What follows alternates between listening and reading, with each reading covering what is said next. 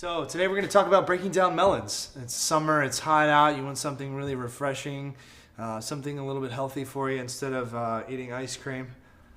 Melons. We have a beautiful watermelon and cantaloupe here today. You're asking yourselves, well, how do I know it's beautiful? How do I know it's the right one? You can go by smell, knocking on it, making sure it's not soft, making sure it's got a nice firmness to it. And you can tell, like, when melons are in season and they're at their ripest, they're gonna have a really great aromatic smell when you smell near the stem. It smells great. This one, you see people knocking on them at the grocery store. You wanna make sure they're nice and firm, nice and ripe, nice smell. Now, melons, pretty much the way they're gonna be broken down are extremely similar, but those of you know cantaloupes, honeydews, they tend to have seeds in the center, whereas watermelons, if you buy one with seeds, they're kind of dispersed throughout, and then of course nowadays you have the ability to purchase a seedless watermelon.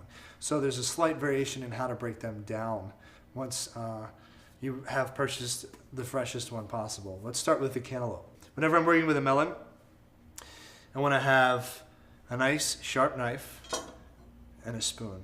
We're going to start off by resting it on its side, holding it very carefully, finding the bottom of the melon, and cutting like so. We're doing that so that we can then place it like this to shave it. So once we've got it like this, another great trick is to do it to both sides, like so.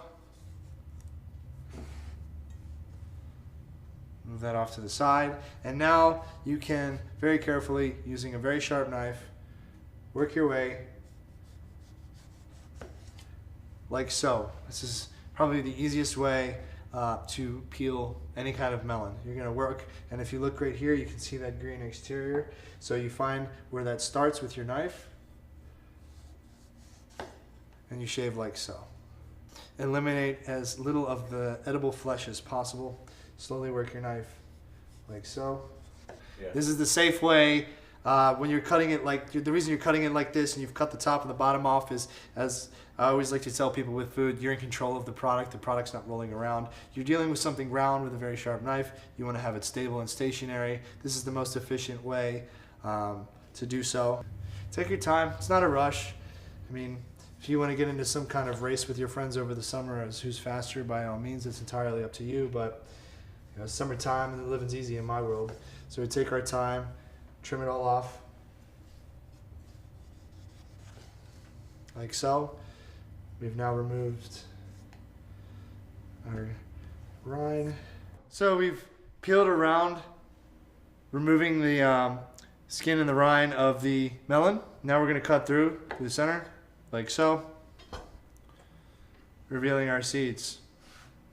Easiest way I've found that everybody that I know removes seeds is trusty spoon. So we have our spoon, and you just go in and carve out. Some of you may already know how to cut a melon. This may be your first time learning.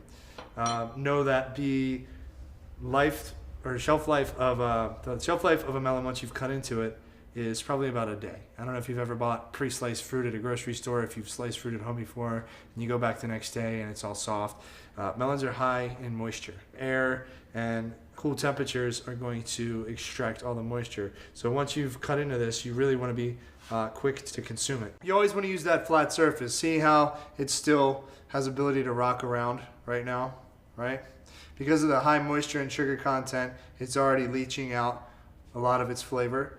You can cut it in various ways. Obviously, there's so many different knife cuts. You could do dice, you could do julienne. I'm just going to do a basic slice that you would see at a picnic. Works great.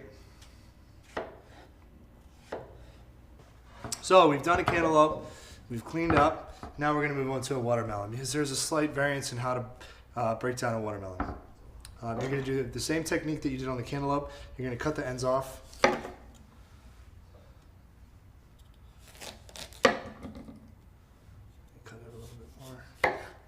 Okay.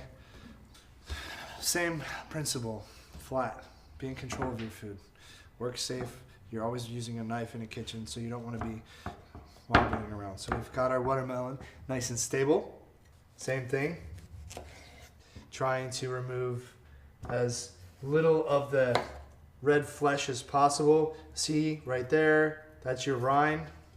This rind is delicious. You can pickle it, serve it in a salad over the summer. So you don't want to discard it, but it's really important that you try to keep the rind intact and lose as little of the